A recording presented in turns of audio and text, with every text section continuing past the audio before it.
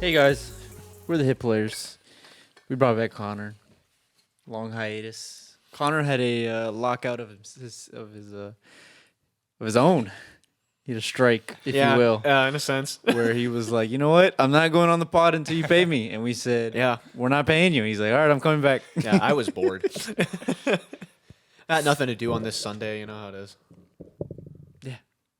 No, no significant sporting event happening No, right now. nothing's happening As right we now. Nothing is going as on. we record. No, not no. at all. No. No plans that I made on accident, forgetting that we had these and that they coincided with this day. No, it's fine. It's all good. It happens. No worries. We have just finished. Well, Connor just finished watching it for the first time. Dune, as we wrap up me and James's journey through Denis Villeneuve's filmography. We have arrived both We've at the already reviewed beginning that. and the end Callbacks? of old Denny Boy, our favorite French Canadian director. And so we were like, "Hey, Connor, One of our favorites. we know you'll have thoughts because you have read the book, Uh-huh. and B, you always just have thoughts. No I matter do what. love thoughts. What can I say, fellas? Love to think. I feel like anytime me and James recommend a piece of literature, your thoughts are just like you start nitpicking more to a degree. If He it's- was so and I excited respect to it. show you. Dune. I was He really was so excited. excited. Yeah, I was really excited. in my defense, I just really love pissing you off. Yeah, you don't have to defend it. I think it's funny. Yeah. I enjoy it. And I do enjoy watching Isaac's eyes twitch as I just tear apart something that he loves, knowing that I also thought it was really cool and incredible. Black hole scene, by the way. Oh God, here we go. But yes, we just got watching Dune. Mm-hmm.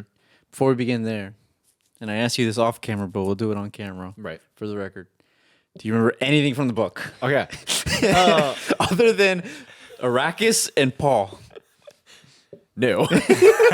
That's for me and James. That's the problem me and James had. Yeah. Because James recommended me the book. I think you gave it to me for Christmas, actually. Like a couple years back, like back when we were still in college. I remember reading it pretty fast for a book that thick and dense. Must be And nice. loving it cover to cover. I was like, wow, this is great. And then I think within like 4 months, if you would ask me how it Yeah. went, I had no idea. It I is- just remember being like, this is a great book. I'll recommend it. It is the definition of like lore dump, where it's just Yeah. here's a whole bunch of information over such a long period of time that you just kind of forget people. Like Dr. Lines, in the book, she's the black one, the black lady who's like the Yeah. ecologist. I completely forgot she was a character. Same. Yeah. I forgot a lot about how the stuff went down. I was like, wait, that happens? Oh my God. Yeah. I could just. Yeah, there were just little Yeah. characters that are very important, obviously, judging by the movie, that just kind of. It just disappeared. Yeah. They just gone. It's like, oh, I'm on. They died at page. Spoiler. They died at page 80, and I'm on 498. Yeah, right. But I mean, that's old sci-fi, old space epics. That's kind of how they were. Yeah. So, what's your relationship with the book? Did you enjoy it? Yeah, I loved it. I think I've recommended it to a couple people. They have talked about it. I need to read it again, obviously. And it's one of those if you like that genre, Yeah. like that kind of thing, then you need to read Dune because everything comes from Dune. To an Almost extent. like the way American cinema comes from. Oh no, they've wrapped me in. Oh, Gotcha. yeah. I think my best way to describe my relationship with Dune was that I read Dune when I was still like just getting back into Warhammer 40K, Nice. and like having that experience and then going through that universe Yeah. and being like, I've seen this before. Wait a minute. It all links back to the sands. It's desert power. They got me again. But yeah, good book. But you didn't see the movie when it came out in theaters. No. Did you have any expectations about it? Like, were you excited to go see it, or did you want to? Did you have expectations?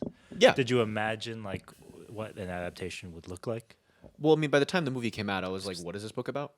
But Wars. Yeah, I wanted to go see it. Obviously, I think I just was like I was busy or something. And by the time that I was like, yeah, I can go see it, everybody else had gone and seen it, and didn't really have anybody to go hang out with to watch it, and I was like, I don't watch movies by myself. You should. It's very liberating. Well, Done it many times. I do when I'm home. I don't want to go to the theaters by myself. Oh, Then it's so just much like- better in a theater. Are you kidding me? No, because then when I have to get up to go to the bathroom, nobody's gonna be like, "Oh, here's what you missed," like, you know me. Okay. I don't go to. Okay. I guess that's fair, but I've only ever seen movies I rewatch in theaters. I mean, I wouldn't be a rewatch. It'd have been the first time. Fair enough. Anyways. Anyway, but yeah, so I just never went to go see it. And then by the time it came out, I don't tend to watch a lot of stuff by myself anyway. So it just was never anything that popped up. There's a whole world of media you're just missing out on. Yeah, just because it just doesn't come up. I'll rewatch the same freaking show 3 times in a row, but I haven't gone to watch any of the movies you guys recommend because I'm stupid. At least I'm honest. But yeah. So when you pitched the idea, James, you're like, yeah, come watch Doom with us and we'll talk about it. I was like, great. I've been meaning to do this for like however many years it's been out. This is a great plan. Yeah. As And for expectations, because that was the second half of the question. I didn't really have any, to be honest with you. Yeah. I knew it was a good film just because I remember people talking about it and being like, wow, this is great. And, and not in the like, wow, this is great that like you guys pitch stuff at me where you're like, this is going to change your life. Where they were just like, it's just a good movie. I was like, well, that'll be fun. I like a good film. Kept my attention. Good. Did it live up to those expectations? Do the Yeah. gotta point that at your mouth. My apologies, people. You can move that. You can move that. Yeah. There you go. These are too James, short for me. I have to lean forward. There's a thing on the side. You turn it and it goes up and down. Anyway, We're only 96 episodes in, guys. James is still You gotta be Knocked kidding me, over. man. Even I know that. I knew that before I even had still one. working on our microphone etiquette. Anyways, it lived up to those expectations. It lived up to the expectations. Yeah. It was a good film. I feel like as I was watching it, I remembered parts of the book, and that the parts of the book that I remembered, it was adapting them well. What parts were those specifically? So this is gonna sound really weird, but just bear with me. spoilers for Dune. By We're the way, gonna Yeah. spoil this movie, by the way. That I've assumed, yeah. One of the things that I remembered the feelings of with Dune, the book, is that while I couldn't tell you plot points, I remembered how feeling like alien everything was. On the planet Arrakis. No, like even just the way that like everything was, the way that he did like just the future was very different, and Yeah. like, the ship designs didn't make a whole lot of sense, because they didn't need to. That's how it was back. They're so far ahead that the things that we take as like rules of the universe just don't apply, which is one of the things I like about really hard sci-fi space epic stuff. But so like for the movie, I was like, I wonder if they're gonna be able to capture that feeling of just like this is so different from what I expect of things to work in reality. And I think it did a great job. Ship design, character design, outfit design, all that looked great. I loved the shields. Those were one of my favorite things in the book, Yeah. like how those were described, and I feel like that captured that perfectly. Some of the actors could have done better. yeah, we'll get to that. But we'll get to that.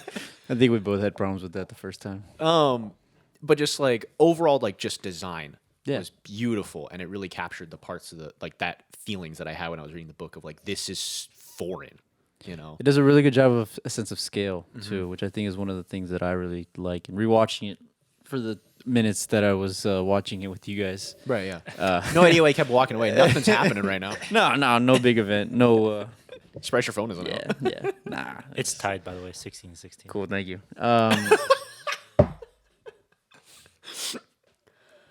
Yeah, that was the thing. It was just like, like the when they get invaded quotation marks, and seeing like the ship in the sky. I was just like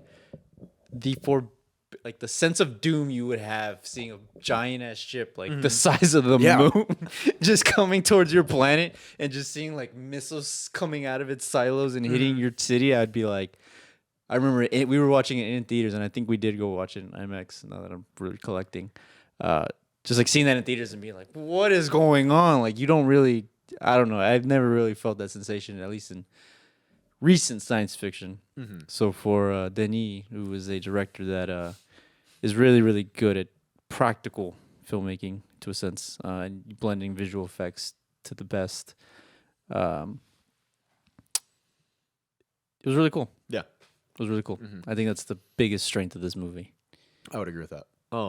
That like first opening few minutes when the Freemen are attacking one of the spice collectors, Yeah.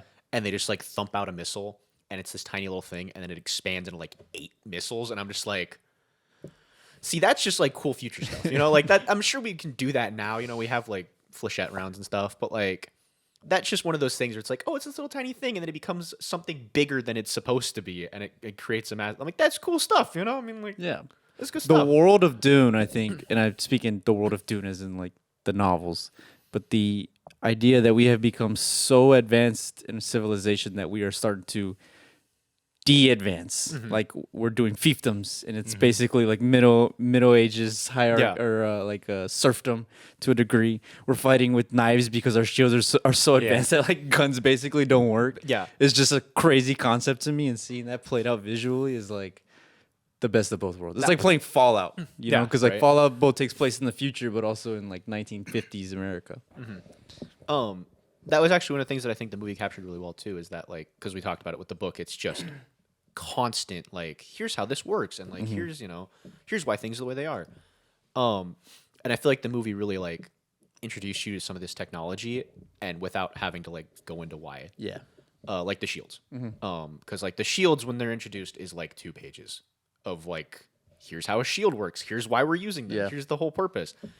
And the movie, it's like 15 seconds, and you understand, oh, it blocks bullets, but it doesn't block blades. That's crazy. Like, and it makes sense immediately. There's a It's big design flaw. like, yeah, right? We talked to the manufacturer on that one. Yeah. You Why think hasn't by Toyota put out a recall like, on that? by the time every army starts fighting with swords, they would have figured out like, oh, Yeah. maybe like we should design it so that you can't just shoot something really, really slow that penetrates it. But you know, we're getting there.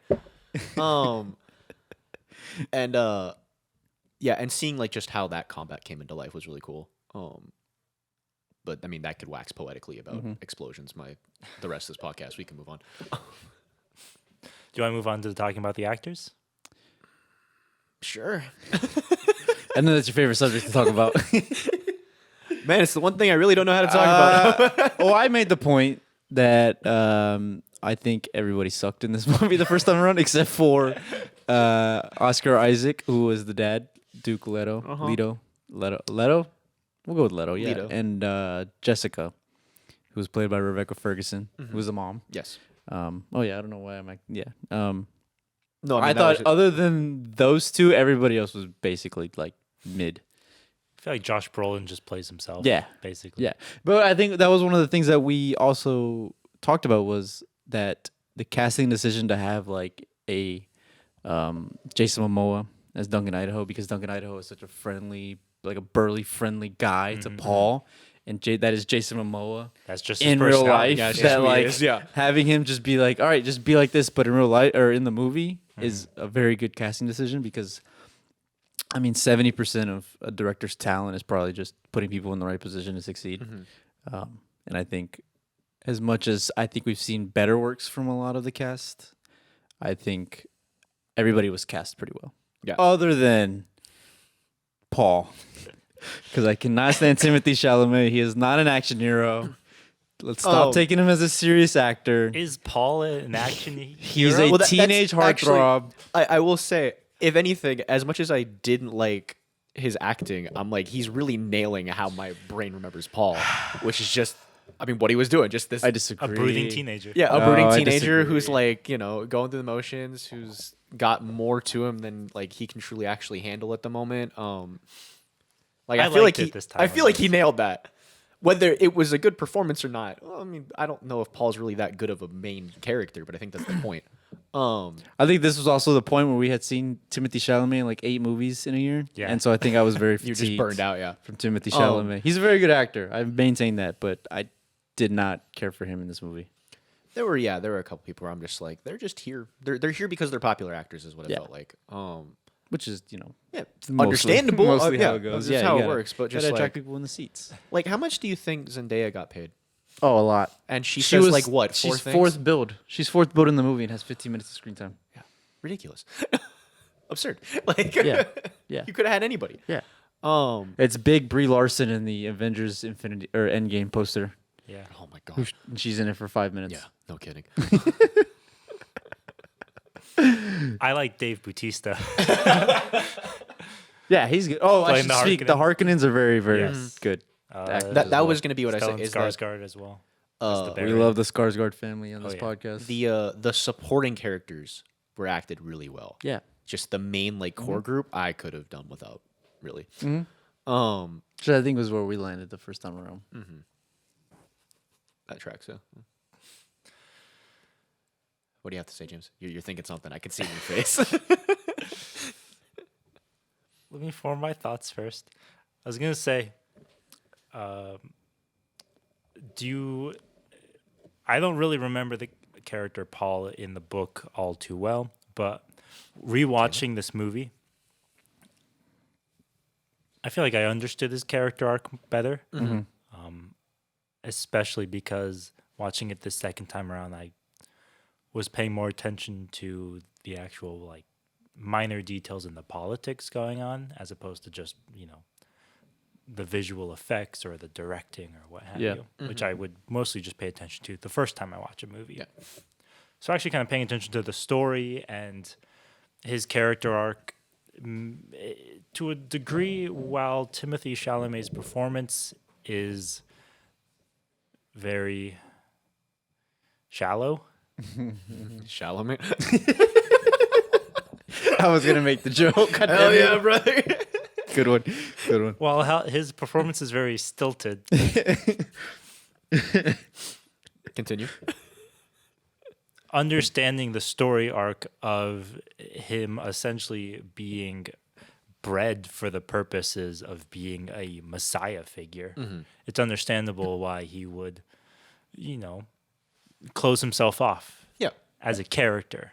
Whether or not Timothée Chalamet is interesting to watch when he's acting that way, I think is a different question. Yeah, I think that's kind of what it boils down to. Is I'm like, he did the character justice, but is that actually something you want to watch? Yeah. Yeah. Like- no. No. Yeah. Because And it's Jessica, not. you think about Jessica, right? She's very introspective, but she's very emotional in her thoughts in the book, and the way that's expressed through the screen. Because that was my biggest fear in the coming into this movie. Coming from the book to the movie was, we had talked about this at length. It was like, how do you take character monologue, inner monologues that are at times chapters of the novel, Yeah, just and pages on dramatize pages. that for the screen? That is going to be, that was to me like the biggest thing about Dune. Was how are you going to do that? And I think having, well, at least in the terms of the way he did it to Jessica, where the action is her face, and having a wonderful actress like Rebecca Ferguson be able to convey those meanings without, explicitly doing the Marvel like, oh, he's right behind me, isn't he? type of Yeah, the little call, dialogue, I think is remarkably well. And I think that's where Timothée Chalamet is bad, is because he just doesn't have that level. He didn't have that level of nuance at this stage of his career. They're trying to make him into Leo, and it's like, you're not Leo, my guy. To be fair, the character Paul doesn't really have that much nuance to him. He's very black and white himself. Now, like his color palette. when it comes to, let's move on to talking about Man, I'm funny today. Denis Villeneuve himself, the director behind this. We will have thoughts on Villeneuve's Yeah, go ahead and directing. say your stuff. I don't have any. Well, no, I was gonna say, did anything stand out to you? Either one particular scene or shot, or Us giving you crash course on directing styles. What do you have to say about his directing choices? and this is a matter of how everything will tie together Right. to tell the story. So any Um, lighting, editing, music choices. I mean, because I talked about effects and stuff. But music was amazing. And I think just like, and I'm not fully sure where directing stops and just talent of the people doing it begins. But like just the overall like I said, the themes of being able to make everything seem incredibly alien. A lot of that came from various different parts. It wasn't just, oh, well, everything looks alien because the designs are good. It was like, no, the way that they sound, the way that they move, the way that the world reacts to them. You know, the shot to make them look bigger than they appear, or you know, the way to like every time the Baron floated, he was always in the background when he like came up, right? And like that's eerie as hell. Like that's how you make something creepy, right? And that's, you know, that's shots. That's all stuff that he would do to make it actually look a little bit more scary. Because otherwise, if you kept him in the foreground and with focus, it's just a fat man floating. It's not scary at all. There's no menace there. He's just a fat dude. Like, what about but that first shot where you're like, oh, he can float. Like, oh, they fly now when he's like floating up and he's got that huge cloak. Like, he said the line. Like.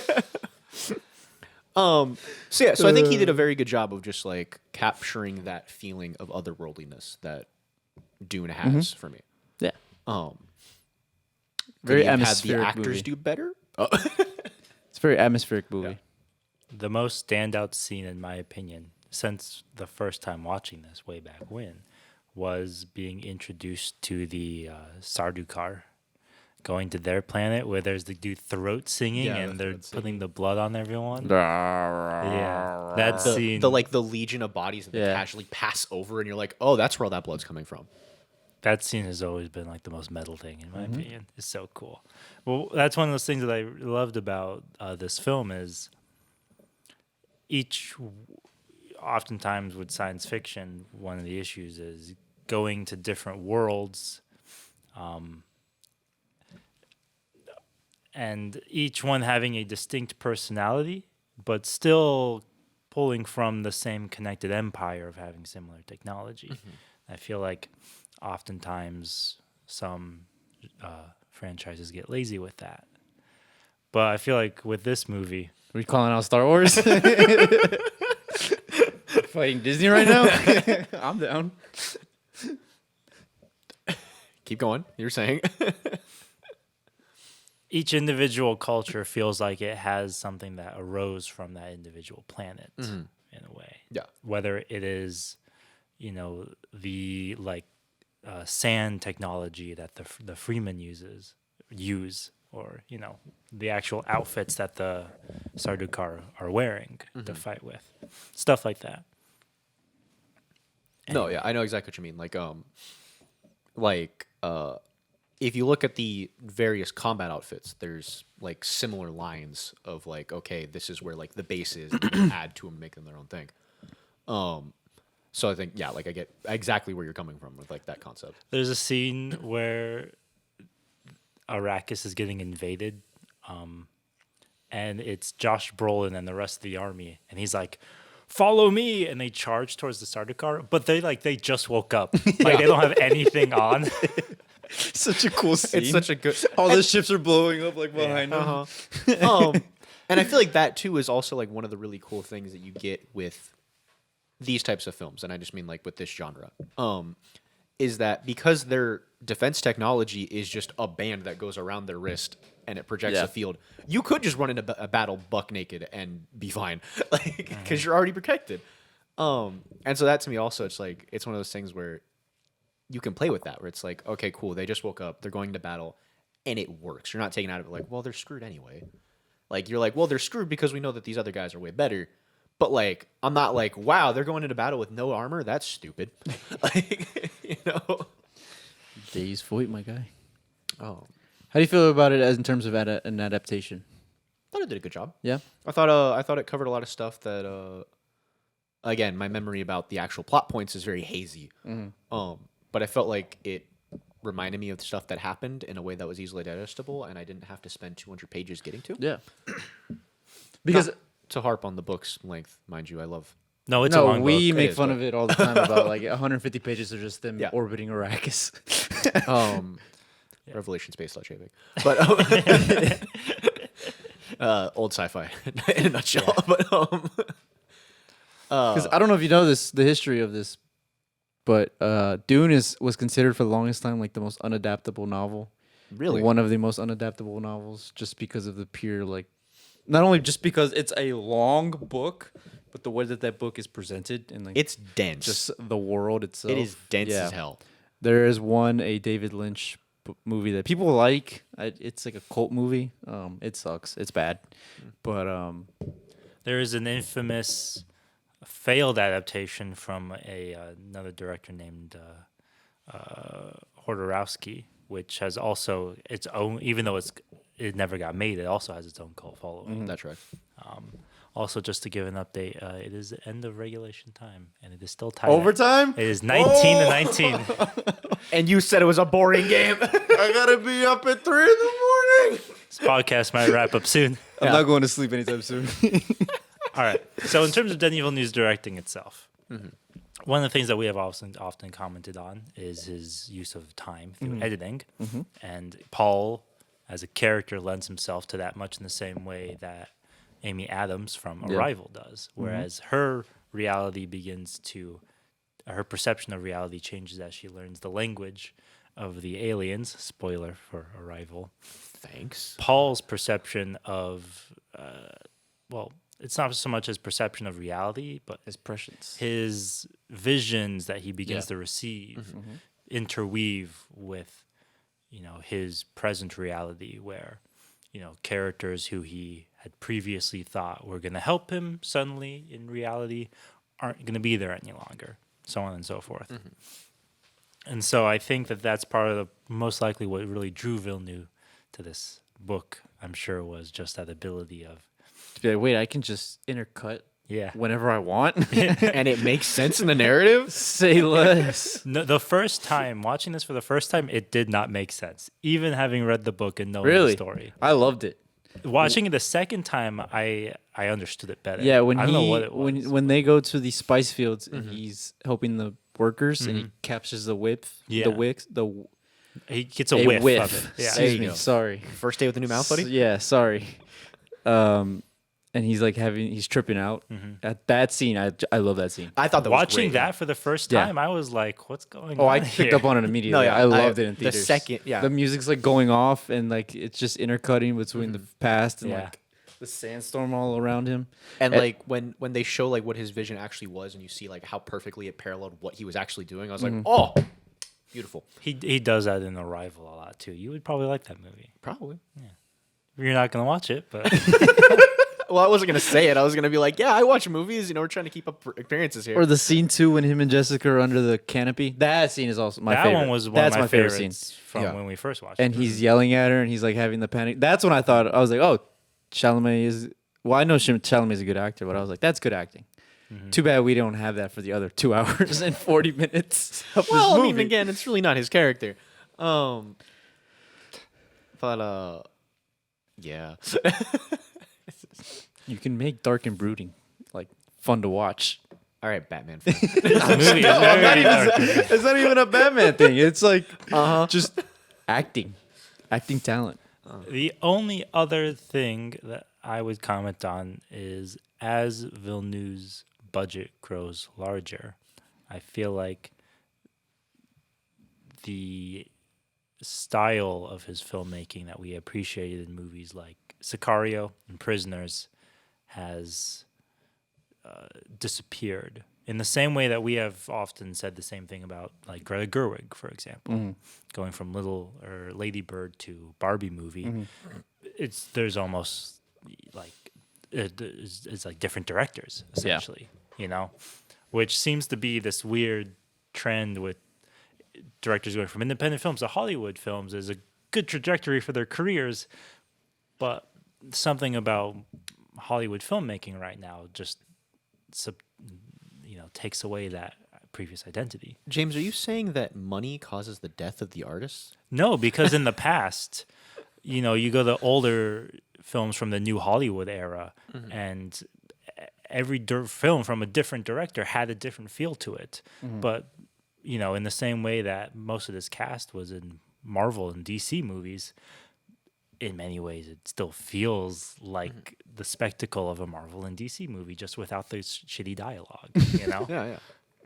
Well, in parts. I don't know if you would. I'm sure we said the same thing when we first reviewed it. I don't.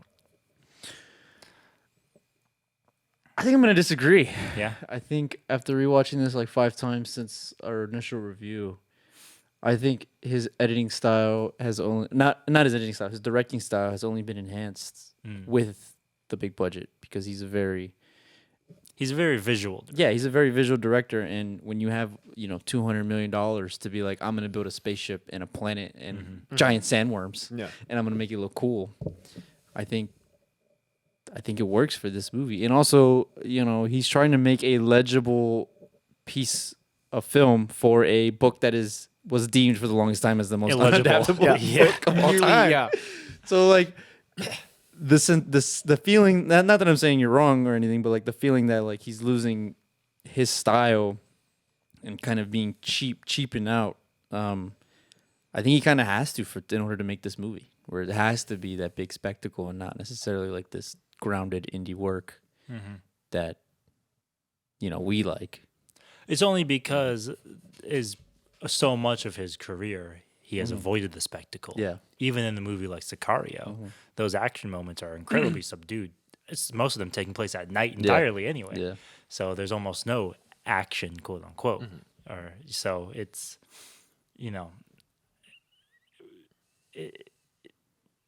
I think part of the reason I feel the way I do is because watching a Denis Villeneuve movie and seeing explosions is like I've never seen him Very film those much a before. left turn. Yeah. Have you Yeah. add your own personal style to something that where it's in many ways unstylistic by design? Well, as a demolitions expert, as a pyromaniac myself. Oh God.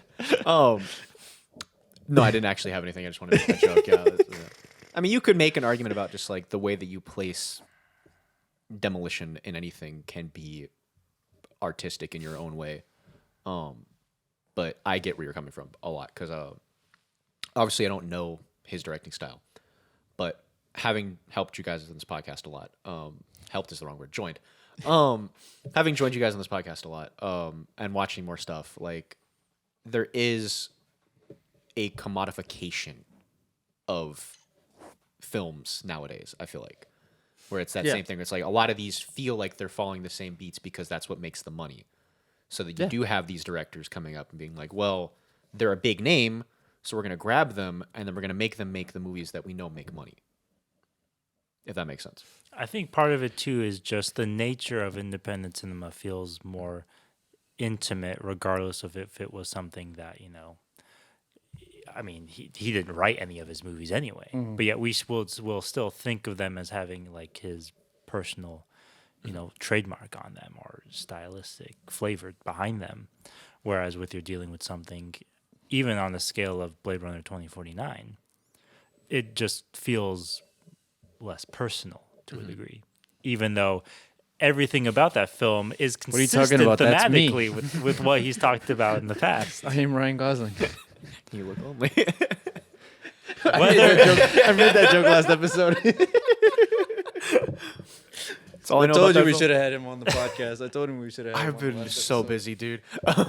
James has pitched me like every episode in the last like at least like the last two. He's had like some like. I think you would have had a lot to say about Blade Runner. I would, yeah. I love that. All right, I guess we got to do another one. I'm just kidding. Down with corporations. What's our next beat, James? Drag something out of us, please. Change the topic. You're the guy with the computer. Come on, what do you got? Part 2 comes out in March. From what you remember, the other half of the book, Nothing. nothing. That's where all the exciting stuff happens. That's where all the exciting stuff Yeah, happens. I made that exact comment after or during our part 1 review where I was like, I'm more excited for part 2 than I've ever been because that's all the cool stuff. That's why I'm mildly surprised is that I remembered a lot of the beats in the first half, and then where they ended that film is pretty much exactly where I'm like, I don't remember from this. Have you seen any of the trailers for it? No. I don't watch commercials. I mean, you have Just YouTube. asking. Yeah, They're on and I YouTube. use ad block. You can. They're They're on the trending page. I don't look at the trending page. They show up in your algorithm. No, they don't. Oh my You have not God. seen my algorithm. I don't want to. Now that you mentioned it. Let me ask you this, James. Are you more? Do you like this movie more now? Yeah, Okay. for sure. I felt like you were leaning that way. Definitely. I definitely feel like understanding Paul's character arc a lot more, not just in the context of this film, but and I said this before we started recording, that's just something Denis Villeneuve has done in every single film, essentially. Is this movie is in many ways the reverse of Blade Runner, where in Blade Runner he learns that he is not him. This is about Paul learning that he is him. He is him. He's 101. Yeah. He's built different, as the kids say. Yeah. And so it's understandable that, Villeneuve connects with narratives like that. That's every single one of his films.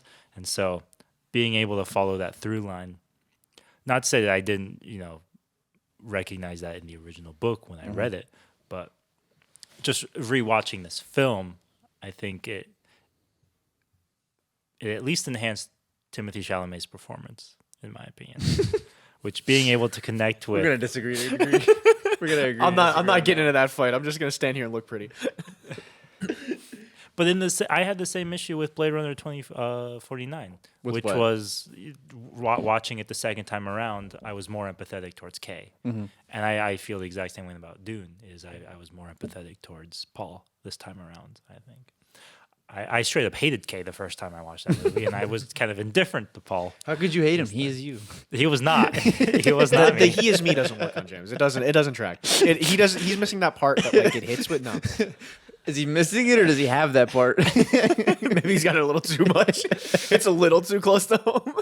I think we just might be missing a part in our brains. Yeah, I will say, and this is more of a statement on adaptations as a whole. But like going off what you just said, like rewatching it helps you like better understand his character and stuff. Or appreciate rather than understand it. Yeah. itself. One of the things that I enjoy about good adaptations is that when it's done well, you really just like can look at a piece of media from a new angle, and it can help you really just like appreciate it better. Because like watching this, like I didn't remember crap about that book, right? I just remember like the feelings, and like watching this, I was like, this is a great way for me to like redigest this material. It felt faithful. It felt like it was covering the stuff that I did vaguely remember. And it's just like, now if I want to re-experience the story, I can do it in, what'll end up being 6 hours versus a month and a half. Of reading It's a this beat. book. It's like basically a beat for beat, just moving it from one to the other. But like because the novel is just so fundamentally sound in its narrative that it's like that works. I mean, the biggest change I think they made in there. I know there's gonna be somebody who's like, actually on page 62 they did like whatever. But the biggest change that they made was they made Kynes a woman, and she's a man. That's right, yeah. in the book. I didn't even remember that. Yeah, exactly. I remember exactly. that, actually, yeah. Because Exactly. I actually remember rewatching this when they introduced her, and it was that actress, and I was like, wait, I thought this character was a guy. I've already seen this movie. How did I not remember that? Yeah, no, I had no memory That's of that. That's the biggest change. And she did great, so Yeah. no comment Yeah. on that. She's good. Also, I don't think she dies in the book. That I don't The way she remember. dies. Pull it up. I think that's You're what on it the is. internet. I don't think she So you dies got the the way computer. I think she dies some other different way. She doesn't do the sandworm thing. But yeah, I had no desire to read any of the sequels until I watched this movie, and then now I'm reading Children of Dune, and I'm like, this is the greatest saga of all time. Give me more, please. Yeah, I think while it's a tall order, there's a lot of books that would benefit from a good adaptation like this. But I mean, like I said, that's a very tall order, and whenever they try, usually they're bad. And it helps too because the director himself is a fan of the books, and like Which is that matters because when you have people like the Halo showrunners who just want to butcher things for the sake of butchering things, that hurts a lot of people. As Connor goes into Did you see the new trailer? Yeah, I where did. He like I- told Cortana to shut up. Yeah, I'm I sent so it to mad. you. Oh Yeah. yeah, that's right. That was you. Remember? Sorry, James, I keep kicking you as I'm crossing your legs in anger. I sent it to you. God, I fucking hate that show. Yeah, that made me get rid of my Xbox Game Pass. It's like Microsoft is not having any more money out of my bank account. Yeah. I don't care for boycotts because I think they're all stupid, but I'd boycott. I'm done with Microsoft. We're not talking about that. But yeah, and like I said, I think James has had problems with these past 3 movies of Denis' career.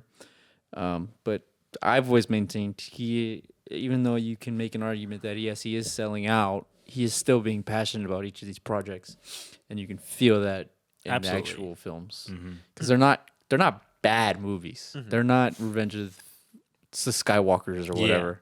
I think part of the reason Book of Boba Fett, whatever. Boba Fett. my argument wasn't so much that he is selling out as much as it just feels like for the sake of reaching a wider audience, he's having to cut back on some of the elements of his style that felt more. I think that's the definition of selling. that, Quite literally is a definition of selling out, yeah. if that's the case, Almost word for word. He is taking more money and providing to a wider audience. but the actual films that he's been making, whether it's Arrival or Blade Runner or even with this new franchise, Dune, these don't feel necessarily like media Yeah. where He's not making another MCU. Yeah, Yeah. a wide, a mainstream. Even for Blade Runner, your reaction was, how did this movie get greenlit? Yeah, exactly. You know, and you look at something like Dune and you think the exact same way. But whether he wants to surprise people by showing them something that like you've never seen this before, you know. Well, you've seen Dune before, but you've never seen it done well. Never seen it like this. Yeah. But Oh, and game's over. Anyway. Okay, don't tell me who won. Okay, I won't. I should have had my iPad here. again, I'm surprised you didn't. I expected it. I should have. I'm an Does, idiot. does OT end as soon as one team scores? Is that the rules, or Yes. do they play until the clock runs out? No, it's As soon as one team scores? yeah. All right, I know who wins. Who wins? Please tell me it's not Taylor. What you closing? I just turned. Pull it up. I'm not gonna say it. Who won? No, I'm not going to say it. God, I'll let just you tell me figure who it won. I don't care. I'm either. pulling it up on my phone. 49ers. Yes, They have won the Super Bowl. God bless. 22-19. America is saved. I have a lot of messages that are of varying degrees of happiness and anger. America is saved This from is what happens Taylor if you have Swift. friends across the coast. But glad I have my phone on. Do As Not we, Disturb. I come can back- see them coming in. As we come back, We reel it back. Right. Dune Where were we Part at? 2. Your Yeah. thoughts going into it? very excited, very hyped. Give me part 3. Give me Children of Dune. Give me God was gonna Emperor. say, wouldn't- Give me the giant sandworm. God Emperor. Give it all to me. Just don't give me the Brian Herbert stuff. I don't want that. So Just when- Frank Herbert. Yeah, that's understandable. When we were talking about Blade Runner 2049, I think we had both agreed that in the third act, it felt like it lost itself because it turned into more of like just an action film as opposed to the kind of contemplative noir movie that it was for like the previous 2 hours. Yeah. And I feel like with splitting Dune into 2 parts, that's allowed him to have part 1 is that contemplative character study. Part 2 will be all the action, basically. And maybe allowing Villeneuve to separate those 2 parts of himself will result in more cohesive, Yeah. you know. I do wonder how he's gonna do the Resistance because I remember vividly it being like one chapter, and we were in the point of view from Chani. I think we weren't even in Paul's point of view when they were fighting the Sardaukars. So I was because I remember being like, "What the fuck? Why am I not in there? Like, I don't want to hear her talk. I want to be reading the fighting." And I'm sure there's a reason that Frank did that. That He just guy. couldn't write He's it. a silly, yeah, probably, probably. The classic author conundrum. Just like, well, I'm just gonna go somewhere else because I have no idea how to make this. That work. was a Brian Herbert ghostwriting chapter. George R. R. Martin loves this one trick. Yeah. what not finishing his books. So I wonder how that's gonna work. You swapping POVs to avoid having to write stuff. Anyway, Are you excited for part 2? Yeah. You want to go watch it? Yeah. We'll be there opening weekend. It's James's birthday that weekend. That'd be a good thing. Yeah.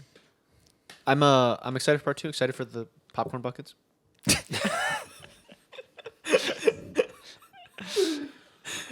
If you buy one of those, I swear to God, I'm sitting in the next row. If it was coming out this week, I'd buy it particularly for the joke of it's my Valentine's Day. But no, I'm not. All right. where would we rank Dune Jesus Christ. in film news. I think I gave it an A. I'd still give it an A. Yeah. Very big fan of it. Mm-hmm. I love it. I don't understand people who are like, it's slow. It's like, my guy. My friend did that to me. Not He's like, even it's remotely. slow. And I was like, my guy, you like the Lord of the Rings trilogy.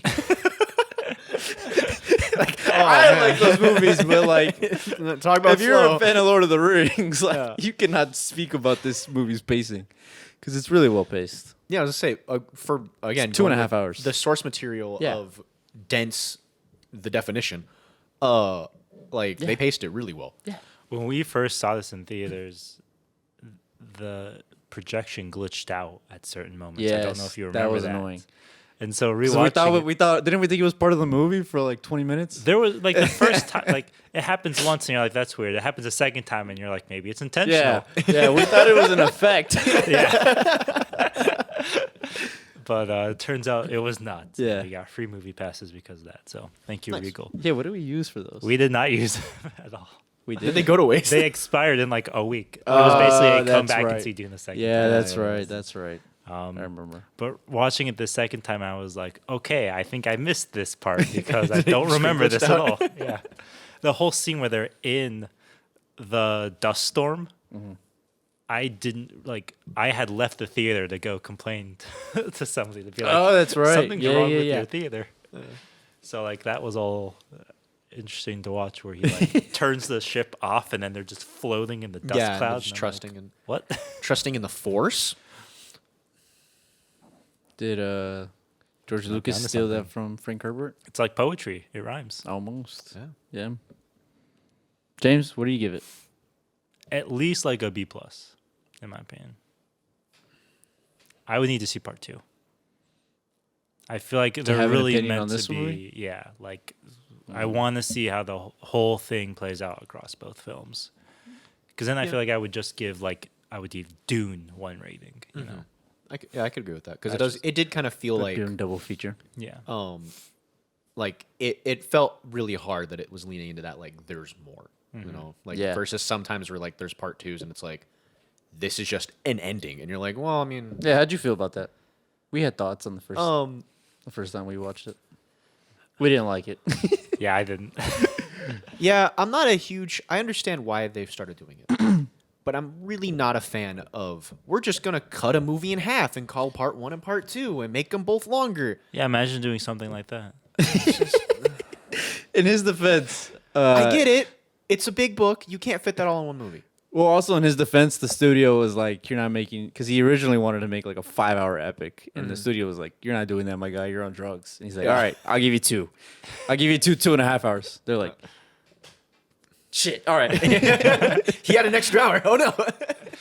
So I think that's what it would. And, like- that's how it went down. Like I totally get it because like I would have watched a 5-hour Dune. Yeah.